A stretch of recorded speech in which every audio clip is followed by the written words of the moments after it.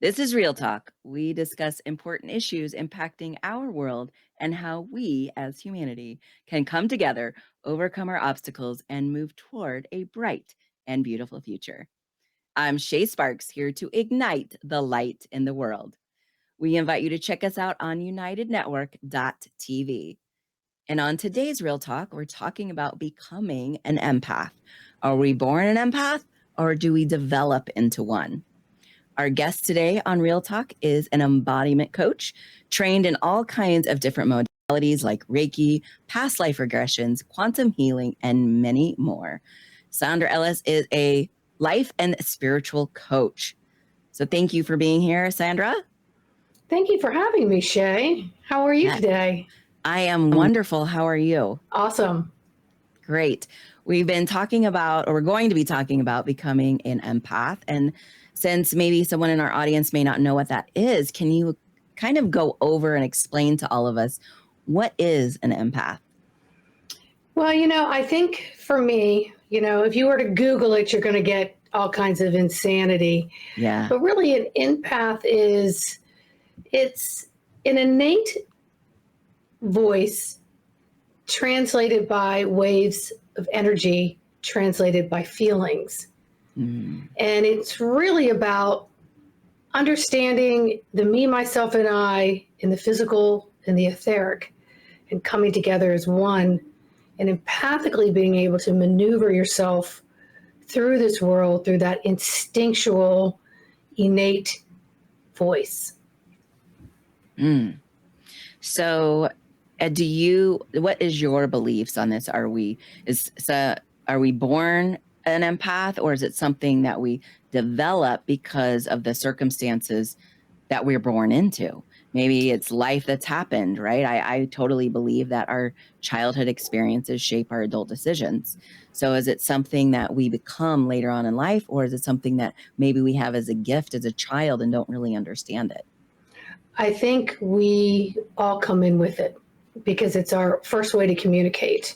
Without words. As babies, we are feeling our way through being out here in the external environment and not growing inside the womb. So we are trying to maneuver through in this tiny little body to communicate with our caretaker for survival. Yeah. And we have to remember too that, when we're born, we're in delta for the first couple years. So we're in dream state. So we may be having expressions and dreams that come out like crying and pain. And we're seeing how our caretaker is interacting with all of that. So I personally think we all come in empathic. We've been taught to override it, that it becomes second and third and fourth till it becomes not even natural to in tune with it. So when did you first realize that you were an empath? Well, I had an incident when I was 4 where I had a head injury and I had concussion. Wow. And I wound up in the hospital by myself. And there was some things that were occurring in the hospital. And I just remember them like they were yesterday. And when my father came to dress me to go home, it was the first time I ever recognized being naked. Now, what would a 4-year-old know about not having clothes on, right? Yeah. And I remember walking down the hall and everyone seemed so tall and I seemed insignificant. And I remember the feelings of the elevator ride. And then after coming home, and I've got 4 other siblings in the house, I'm the second of 5. Everything was different. Everything was sharper and more clear. I could see quivering energy. I started sensing things before they occurred. But I had to be really super careful because I had a sister that was 16 months older who was a little bit of a bully and a controller. So I got teased a lot. So I learned young to become a chameleon, to just be in a space, not show what I knew and look like I fit in. But I never really fit in. If you mind sharing, what happened and how did you get a brain injury? Well, the story went that, well, there was four of us girls and we shared two sets of bunk beds in a room, and apparently I was on the top bunk, which I remember, and I Hmm. fell out Oh, and wow. hit my head on a radiator and wound up with a concussion and taken to the hospital. So all these chain of events are occurring. And then, I did a show with someone else about extraterrestrial experiences. Hmm. And just before the show, the memory came through that I never went to the hospital. So I called my mother, who's 90, who's sharp as a tack, and started to ask her about the incident. She's, no, you fell out, but I just put you in the other bunk. You never went to the hospital, and that house didn't have radiators. So for decades, I was telling a Wow. completely different story Story. about what occurred. So apparently, whatever happened during that incident, I believe now, in my years of understanding different things, I went somewhere else, and Mm. I believe that they were working on me, and they let me remember everything and all the details of it. And they let me understand that that was the catalyst and the pivotal point that I can always go back to that changed my world Mm. as I knew it from before 4 years old, which is God knows what that really was. But Right, right. yeah. Well, how fascinating that you were having this possibly could have been a traumatic brain injury. And maybe you went to the hospital and maybe you didn't. Maybe there was something else that was taking over and healing you and really Hmm. preparing you for a lifetime of being a vessel for what you Yes. are. Yes. Yeah. And since that time, I was able to really relate to being an observer and being more quiet, even though I'm as much of an extrovert. But I could communicate with animals Mm. telepathically, with younger children. Um, I could sense when people lied Mm. or were embellishing something that really didn't happen in the way they're trying to express it. I could read different types of energy, but I never could explain it. Never could explain it until I got older, into my adult years. Hmm. Well, I know those are definitely characteristics of being an empath. I myself found out later in life that I was an empath, but I had very similar experiences as a young child, was able to really just sit there and observe, but I also was feeling a lot of times whatever pain the person that I was observing was going through. Hmm. Yeah. Yeah, but a lot of empaths will say, "I'm so empathic, I can't be around a lot of people because I feel their pain." And I never absorbed other people's pain. I don't know Mm. what I was innately taught or what I knew, but I knew it wasn't my pain. However, what it did, it was almost like, for lack of a better expression, almost like a super tool to Mm. maneuver through conversations with other people, understanding and feeling in my own physical and etheric body what it was they were going through, which is, I do believe, became also a super tool Yeah. much later in life when I became, massage therapist and infant massage instructor and many other things. But I know that that energy out there isn't mine to hold. So I don't hold on to it. So I don't keep that shoulder pain or that stomach ache that Mm. wasn't mine. It actually increased my abilities to dialogue with myself. Mm. And I never would really ask, is this mine or is this yours? That was a tool I developed much later. But I would at least, when something would come through, a wave of energy that would come through, I would really work on sitting and trying to translate it. Like, what does that Mm. mean? What is that? Where is it coming from? Whose is it? What do I do with this? That kind of response is how I learn to maneuver through it throughout my life without the tools. Hmm. And about what age would you say that you learned that lesson? Oh gosh, probably in my 30s. Okay. when I went to massage school. Um, and then when I could look back, I realized I was much more mature, even though I looked a lot younger. I was much more mature than a lot of people my age, the teens and the 20s. Mm-hmm. So I could forward think really, really well. Hmm.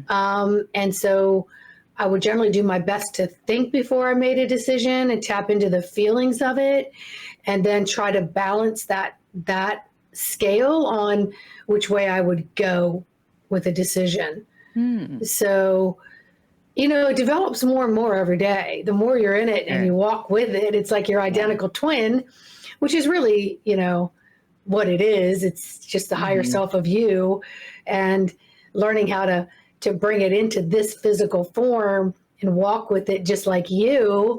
If you were to outline your body like an aura, Mm-hmm. there it is. There's this beautiful, bestie friend that's always working through things with you.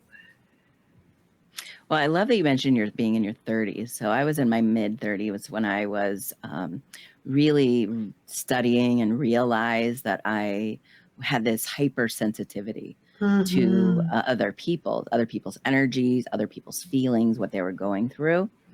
And I had to learn myself and ask that question, is this mine or is this someone else's? And I didn't even know until my 30s. And I was talking to actually a dean of psychology at a local university about mindfulness. I didn't even know to ask those questions. I didn't know to even, go within or go above, right? And ask, what is this and whose is this? And do I need to carry that for them? Or is this something else? And so I just think being hypersensitive is really, and I won't even say highly sensitive, right? It's Mm-hmm. really about, having these, and I love that what did you call them? Not tools, not superpowers, super tools. Super tools, yeah. Yeah. I mean, that's really what it is. That's really Right. what it Yeah. is.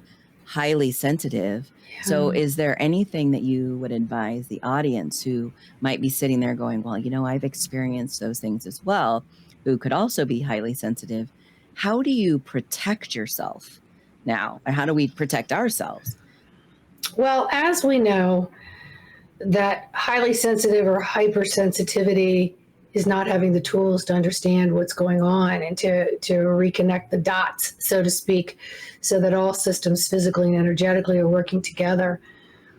It gets diagnosed or labeled as, Mm, attention deficit and yeah. anxiety and Right. depression and detachment and disassociation and weird and all kinds of Yeah. other insane things that we just love to throw those labels at.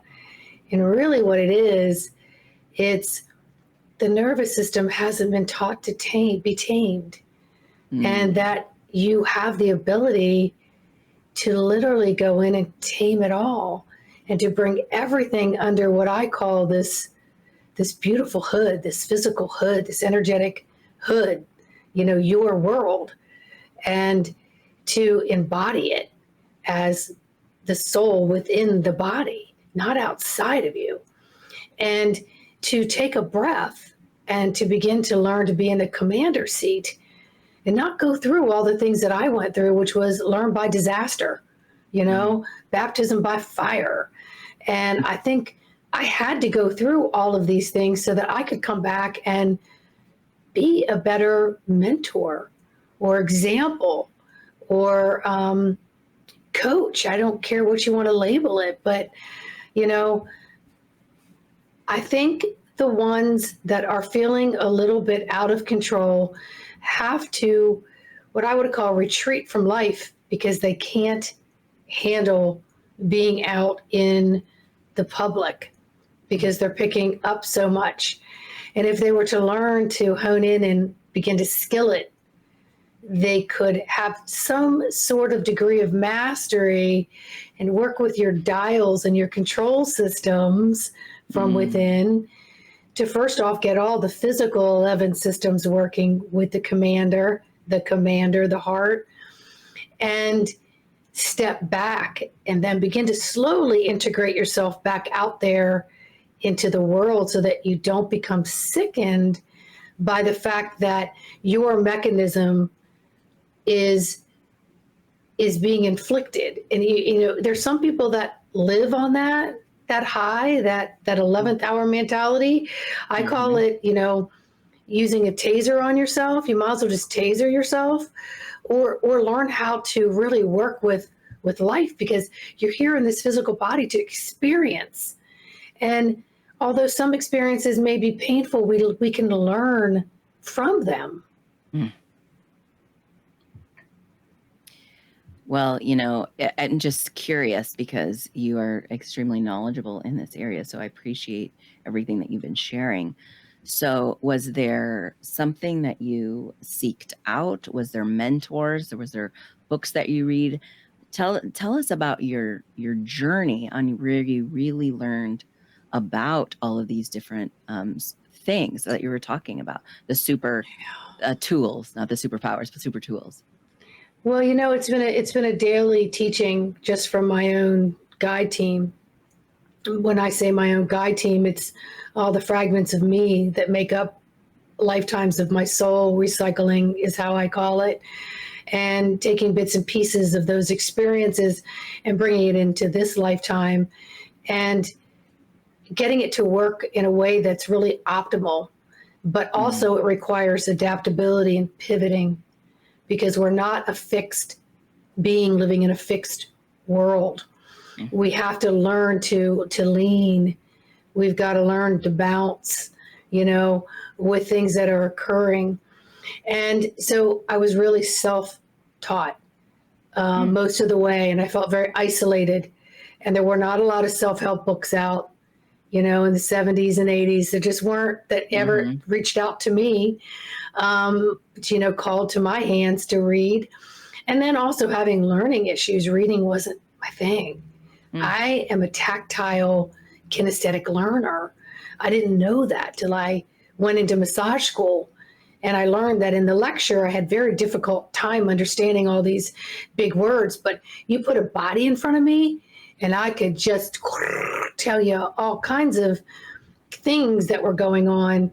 Um, and then when I opened a massage center, that's when guides started coming in and Mm. just presenting themselves to me. And I was never scared. It just always felt natural to me, even though some of them looked freaking bizarre. And then I'd have ancestors of patients come in as well. And that's really where the journey of embedding that feeling of, wow, there's so much more I have to learn about me in this Mm. energetic world. And, you know, forget the 9 to 5 and all this other stuff I've been taught I'm supposed to cycle through and wait Yeah. till I get to be 70 and retire. And what? No, you know? So Yeah. I want to really be in the experience, feel each experience, even if it's super painful. I could never meditate like other people could, because every time I would be in a meditation group and people would come back and say they went here and went there, I'm like, where? I just stayed Mm. here. I like went down in my body and I worked on things in my body, or I was just aware of everything going on in the room acutely. And, you know, now I realize decades later that the up and out is where a lot of people think they find the answers, but it's really down and in. Mm. It's down and in, because this Sure. is your software system right Mm. here. And so a lot of this is it's a distraction that we're being taught to interpret everything out there. So we're always in fight, flight, and lots of times freezing. Mhm. And so I think I had to go through these things so that I could, again, share some realistic experiences to help others tap into their own mechanisms. So when you say that you're giving a massage and people's spirit guides or from past lives are showing coming to you, what does that mean? So, so the first time it occurred, I had my hands on someone and we were just going to do a little bit of hovering on the back. And so when I opened my massage therapy center, there wasn't a lot of massaging going on. People did it in their houses. I refused to do it in my house. I went to a medical building. So I had people refer to me. And this particular client was abused and needed to be into integrated touch. Mm. And so instinctually, I had no training in it, right? You don't get that.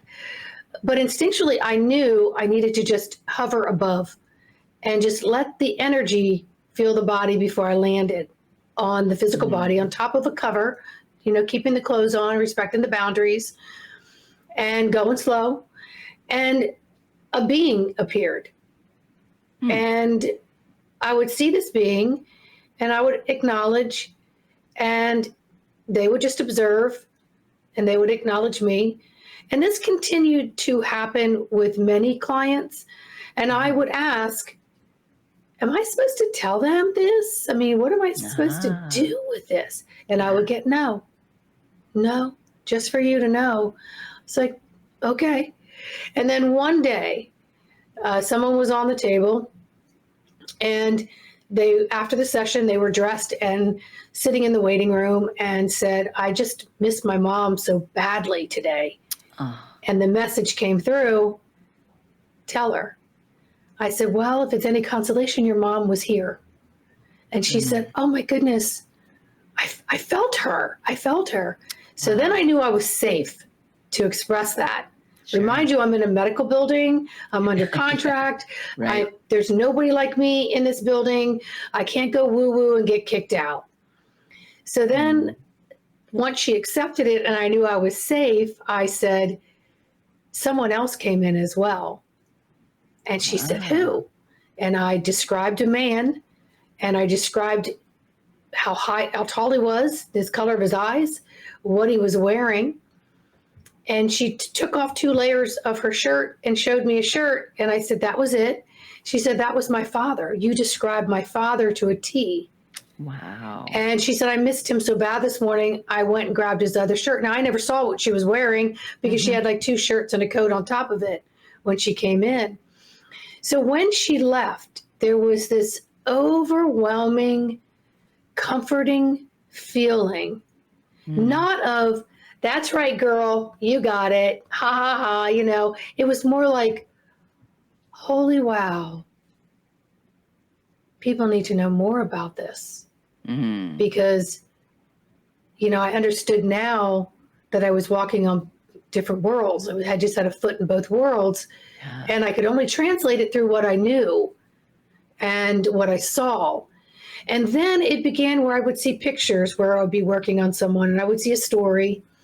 And I began to understand that there was a lot of life outside of the physical body that was still hovering close because wounds needed to be healed between the physical and the energetic. And then I just began to work with that. So I hope that answers your question. It does. And I'm going to ask a follow-up to this. So if someone is listening or watching this and they're like, wow, I think I've seen, they might not have been performing a service, but they say, wow, I think I've seen a being, but they don't know what to do with that information. What would you tell them to do with that? Like you said, you started to interact with it. Would you say you interact with it? Would you ask them questions? What would you say? Well, at first, because I was in a room where the client was quiet and I needed to be quiet. So I was telepathically, working on it, but it was really just about observing. And so even now when I see beings in and out of sessions, because I can see them other ways too, I don't go into fear, even when they don't look like me or have physical features like me. Most people want to go, oh, what was that? Because it's based on the programming of movies and how movies want to depict your fear. So it's an automatic response. But if you override that autonomic response, you might just be like, okay, hey, and just be like, keep going, because you're fully protected through your whole guide team. Your whole guide team is there. The me, myself, and I of you are there protecting you. If you want to tune in and align with your breath and just be, they just might be popping in to say, hey, you might not remember me, but I know who you are, and I'm just checking in. And it might be somebody that's there that wants to have a chat with you, but you may need to get into theta first and calm the nervous system. So you may say, hey, if you would like to dialogue and my guides are telling me that it's safe, let me sit with my breath and let you come through, or come through in my dream state where I'm not so frightened and maybe flailing with fear. Because they sense fear and they're from love, they're going to disappear because they don't want to be in that presence. They want to calm you. And so they may say, ooh, I came in too fast, too hard. I need to back up a little bit. What is theta state? So, we walk around in several states of brain waves, right? Mm-hmm. So we've got beta, which is what I call your 10 and 2, you're alert, you're walking, you're doing this and that. And you have different levels of that. So sometimes you're in heightened alert and sometimes you're like, okay, then you've got your alpha, which is more of your creative. I'm cooking, I'm on autopilot, maybe painting, I may be going for a long drive and I'm daydreaming. And then you've got theta, which is that near sleep state. You're awake, but you're just in that drowsy, more relaxed, slower heart rate. Lungs are a little slower. So then it allows these electrons to kind of do what they need to do, because they won't do what they need to do if the body needs a lot of blood circulation. Okay, so it goes on all of that. And then your deltas when you're in sleep. And again, each one of those have different levels of it.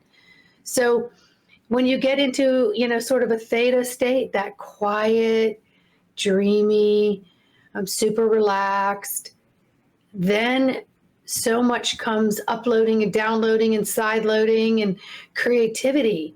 Your juices begin to flow.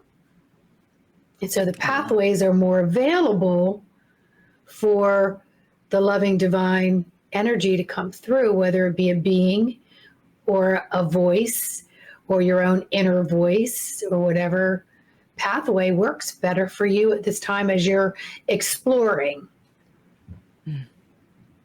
I love that. Thank you. I couldn't have said it better myself. So thank you for sharing what theta state is. And let's take a quick break. And when we come back, we'll learn more about becoming an empath, the healing journey, and clearly so much more. Ugh, tired of being programmed? United Network is a new network for a new reality. Get exclusive access to all of our original content, including UNN newscasts, world situation reports, and in-depth stories from our field messengers.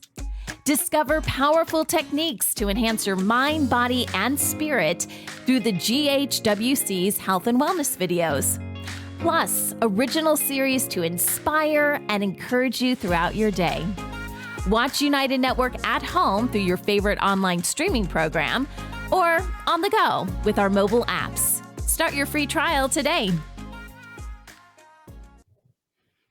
Welcome back to Real Talk. Before the break, we were talking about becoming an empath and how do we know we are one. And right before the break, we were talking about the theta state with our special guest, McEllis.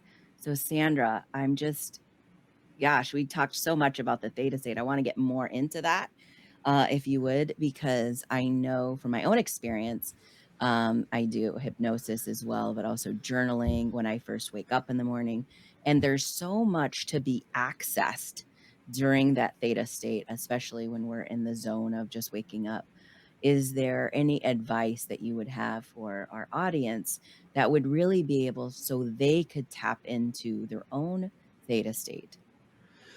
Well, I think one of the first things to really reset your mind is that what's important to you and how do you feel? And when do you feel your best? And it's usually when we set some kind of self-care time. And we have to look at getting into that theta state resets our entire body from its hecticness that is required to go through the survival of our day. And there's a lot of incoming. And so we need to have retreat time. So setting time aside, especially when you wake up, because things are fresh. And if you don't write things down right then and there, even if you grab your phone and put a couple little notes in your Google Calendar like I do, it's like lights on, sun's up, and you don't remember a thing. So setting time during the day or evening where you can say, you know what, this show's not important. I want to step aside and just sit down in the quiet, put some music on, maybe just daydream, maybe take a walk, maybe sit with a pet, maybe think about a loved one, whatever it is that invokes that calm. Pay attention to your breath. You know, is your breath becoming more elongated? Is your heart rate slowing down? And one of the things that you can tap into is you can command it so. So sometimes for me, if I don't have a very long time and I might be in between clients or an event or whatever it may be, I may say, I've got 15 minutes and I need to command my body to get from beta to the lowest of the alpha. Can't quite get into theta right now because I might have a hard time coming back up. So I ask myself, self, can you do this for me real quick? And I'm telling you, the commander seat is where to be. And messages will come through and it's almost like a refresher. It's like, just stepped away from the chaos. You know, it's why our 8 and 9 hour days require 2 15-minute breaks and a 30-minute lunch. Nobody takes them, but you really need to get that fresh air and sunshine, step away from the tasks in front of you, especially the electronic ones that are going to really morph your electrical magnetic self. They literally distort what's going on. So you got to get back into stepping away from that and find what works for you and play with that for a little while and journal about it. And then maybe, you know, find a different trick or something that you like to do that works well. And some people find it just getting on the floor and playing with their children, turning all things off. And, you know, that's what good snow days are about, baking cookies and hanging with your kids because you literally don't have to be somewhere else. But the thing is, we're always waiting for a permission slip from someone else. And we have to write our own permission slip and grant ourselves self-retreat care time, period. And in those times, especially now that the energies are changing more and more and more, you can feel it like the click of the clock. And it's all a good thing because the invisible obstacle courses have been moved aside and that's been worked on for a while, but we ourselves are the ones that have to maneuver through it. So how are you going to do it? 10 and 2, got to do, or are you going to be like, I just need to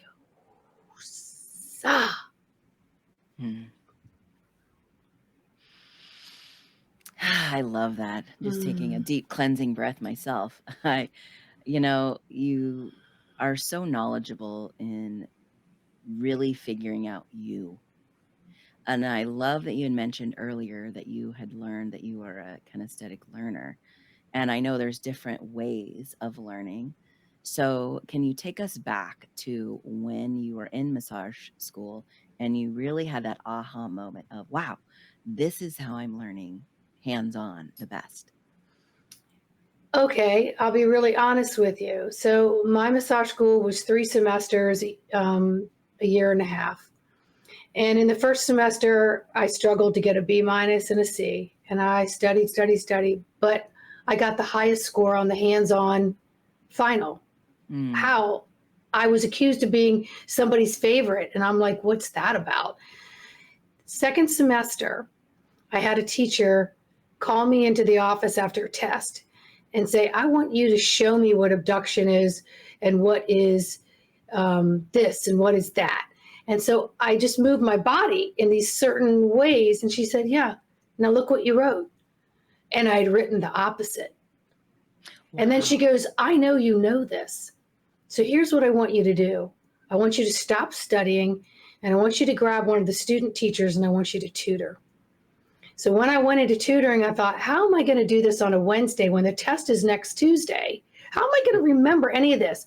So I had this panic of I'm not good enough. I'm this, I'm that, 20 shades of red, heart palpitations, sweating, those kinds of things. And we started touching the skeleton and going through different things in the skeleton. And then the following week, I sat there during a lecture test and I began in my mind touching the skeleton. And I began acing the tests because I took visual and kinesthetic touching. The exact same thing I would do when I was on someone's body or in their energy field. I could feel something. I might not be able to totally identify it, but I could work with the energy so that it was trying to find words or pictures or something for me to describe it in a way that helped the other person. So that's where I learned very differently. And then I got over very quickly all the years I struggled in school. And that I was very intelligent. I was just intelligent, not on a way that was on an IQ or a school scale. Right. I was different.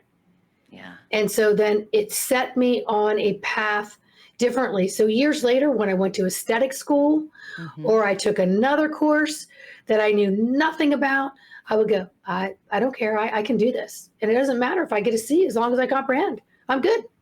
So I didn't beat myself up over it. Well, kudos for you for learning that lesson, right? To not beat yourself up about it. I went to cosmetology school many years ago, and I did the exact same thing when we were learning the anatomy and physiology. To look at it, I could get it in one way, but I went to my own self and was able to like touch my head or my hand or wherever I was learning it. And I was like, okay, now I get it on a deeper level. And it's ingrained in me. Yes. And I learned that at in college, but in high school, I would never understood. I was like you, I never understood. Tests I did well on some of them, but a lot of them, it was like I just wasn't getting the information. And it's that kinesthetic part that you have to have. Well, it's because when you figure out what type of a learner you are, then you realize that certain ways of being taught is like a foreign language, and it's scrambled. It's even worse. And so it becomes very painful. Nails on a chalkboard would have felt better for me on many occasions, or chewing on tin foil. But I just, now I enroll in whatever that enhances what tools I want in my toolbox, and I think nothing of it, because I know at the end I'm going to be okay. I'm going to understand it. It's just going to be a little bit different. So once we learn what kind of learner we are, then we're able to do anything. So how does everyone else, do they understand, or do they learn what kind of learner they are? Well, I think that would be something for an educational teacher. I think that's kind of beyond me, because I don't really know the characteristics of a visual learner or an auditory learner. I just knew that I learned about what a kinesthetic learner was. And even learning that, it was hard to tell other people what that was because no one knew. They're like, you're a what? And it's like, now I know why it was better for me to walk up and down in a lecture hall than it was for me to sit still, because I was learning while I was pacing. Sure. You know what I mean? So I think everybody just has to learn it's like saying, what sensory in my physical is better than any other sensory? And actually, they're all equally as amazing. It's just that they don't all work at the same level at the same time. So if you were to blindfold yourself, your smell may become more prominent. If you were to put earplugs in, then maybe the sensories in the physical would become louder to you. If you were to, do whatever without any other sensory, things may taste different. So one of the exercises I like to do with people is have them take a physical sensory out of it before they try to jump into the etherical sensories. Mhm. and develop the scale of that. And then you'll quickly learn different ways of learning, which just contribute to how maybe you originally learn. And there's many different ways that that is. And it also depends on the teacher too. I'm a teacher, or I should say a mentor of realism. I like to use daily stuff. It just comes to me. There's no rehearsal on anything that I say. I don't really do any prep work on anything. Honestly, I let it just come through me, and then it will tell me what kind of language this person's going to understand something, or what picture to show me in my head that may make no sense to me, but makes perfect sense to them. Well, you're really trusting your intuition. And I think the best what you just described about learning how we learn what our learning style is really about, trusting our own intuition and knowing that we're one of the ways we will pick it up easier, and then being able to like tap into that, like ask, okay, gosh, got it. I learned this so much easier by reading it, by hearing it, or by feeling it. Well, yeah, because your empathic nature is your innate God source voice. It's Mhm. your, it's your, it's what you come in with to communicate without having any vocabulary downloaded at that time. So you learn to work through feelings, and then we learn to dismiss those depending on how we're raised. And honestly, if more of us got back into understanding what this physical body can do and its innate resources that it has, and you learn to hone it in and skill it more, you'll find your super toolbox um, gets bigger and bigger, and there's just, it has more to offer you in the Mm. world of maneuvering. So tell us your story. Like what inspired you to get involved in massage therapy in the first place, and all of the other amazing things that you do with the past life regression and hypnotherapy and all of this? My own experiences. I had a injury to my neck and had surgery, and they wanted to power me through with pills and traditional physical therapy, and it wasn't working. Mm. And so um, there was a gal down the street that did massage, and I went down and started getting massages, and I started having emotional breakthroughs. Like, where did Wow. this abandonment issue come from? What is happening to me? Yeah. And no one could really explain it. Again, I had to field my way through it. Then I found my way to Rolfing, which is integrated structural fascia work. Mm. Um, and then I said, I have to give back. And the doctor said, you have a neck injury and you have fusion. You're never going to be able to do that kind of pressure. And I was like, something inside went, yeah, you can. Yeah, you can. And Mm. so I did. And then so massage school was really one of the early platforms for me to learn a better expression of myself through the energies. And then everything just kind of went self-taught from there. And then another course would come up, and another course would come up. Um, in the late 90s, a lot of people were going to Barbara Brennan School. And when you went to Barbara Brennan School, you had to have a psychiatrist and a psychologist while you were in school. So a Wow. friend said, can I practice on you? I said, sure. So she would practice on me. And then she had a past life doctor working on her. And I said, oh, what's that? What's that all about? Hmm. So I went and I sat in the chair, and I have no clue what he's about to do. And I'm like, hypnotize me. I'm type A. How are you going to do that? You know? So I'm just sitting there going like, you know? And next thing I know, I was somewhere. And then I was too embarrassed to explain where I was because I didn't believe where I was. And then he began to describe where I was. And I thought, oh my God, he's in my mind. What is happening here? This is Wow. insane. And then a very trusting calm came over me. And it said, just tell the story with him. And I told the story with him. I said, I'm in a room. I'm not in this century. Hmm. My hands look female. I'm wearing a dress. I'm in this cold brick room, and I'm very angry. And I'm angry because I vocalized something and I'm yelling at other people on how come they're not in trouble? How come they're not about to die? Because they vocalized. Well, they were men at the time. And then I walked all the way outside, and in front of me was a noose. And I walked straight into the noose, and everything went dark. And then I just opened my eyes, and I knew I was in the chair with him. So none of it scared me. So it taught me a lot about my fifth chakra, taught me a lot about my vocal cord issue that I had. It taught me a lot about expressing myself and maybe why I came into this world feeling stifled and hiding all the time.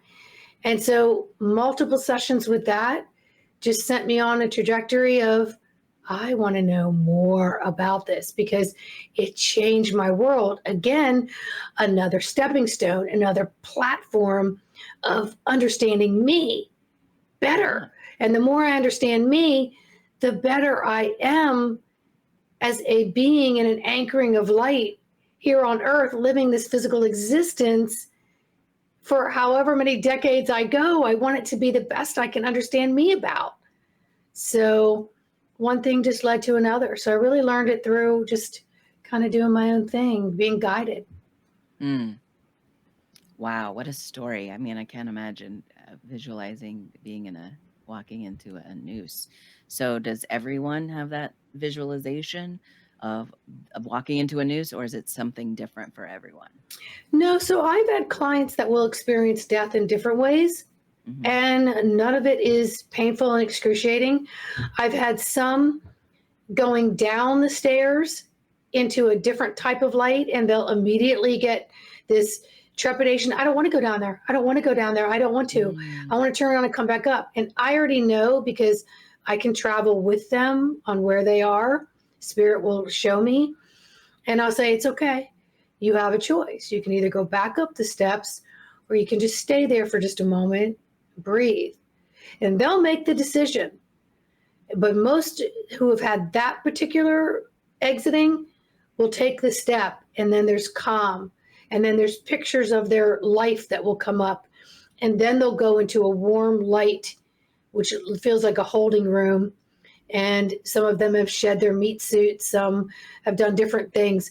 But a lot of people just have different expressions. Not everybody will go through a death, dying, or a bereavement session with me.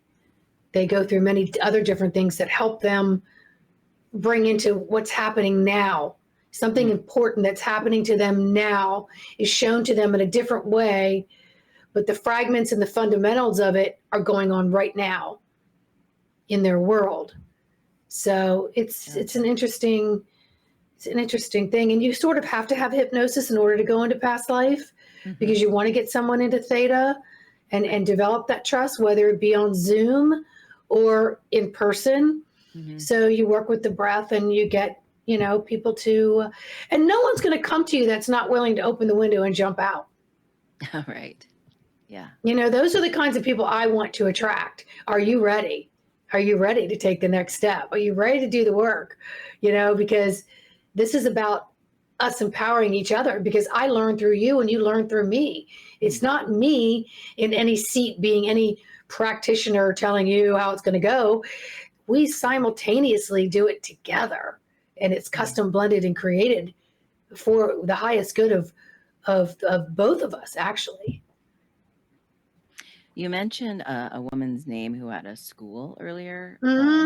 Is that where we start? We start at a certain school or start our healing journey, or do we kind of use this empathic tool that you say we all have and follow our intuition and really have us be led to where we go next for a journey?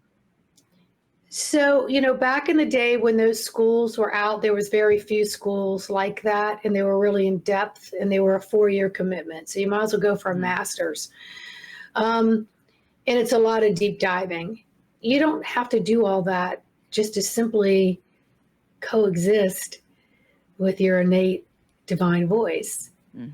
You just have to learn to dialogue with it and find happy places where you can come to some kind of agreement and in trust that this is the right way to go or the right thing to do, or maybe not to go in this direction. And trust. We have been taught that the monkey mind, that greasing the hamster wheel is the only way to make decisions, right? And it's not. That's just one part of it.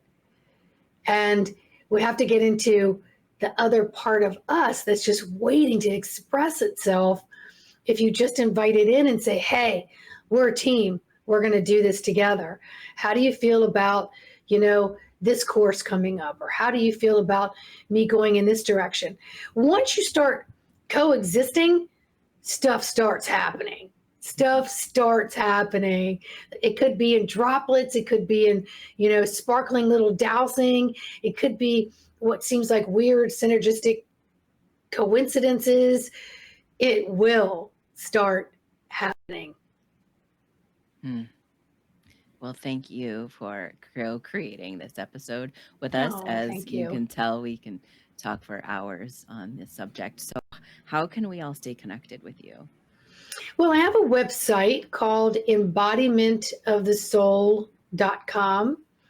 And then I do a YouTube channel, Sandra McEllis, where I get messages or maybe some little daily something, or Holy One Spirit, shares with me. I have an Instagram, which is Sandy Ellis _922. But for the most part, people can go to my website, embodimentofthesoul.com, and they can email me directly for sessions, or, if they're even a candidate for what it is they want to do. And, if it's something that I don't feel is in my wheelhouse, I will find somebody to help you. I love that. Thank you. Well, we will definitely have that in our notes as well. So Sandra, thank you so much for being here today with us on Real Talk. Thank you, Shay. And thank you for listening. Real Talk is also available on anywhere your favorite podcast app is.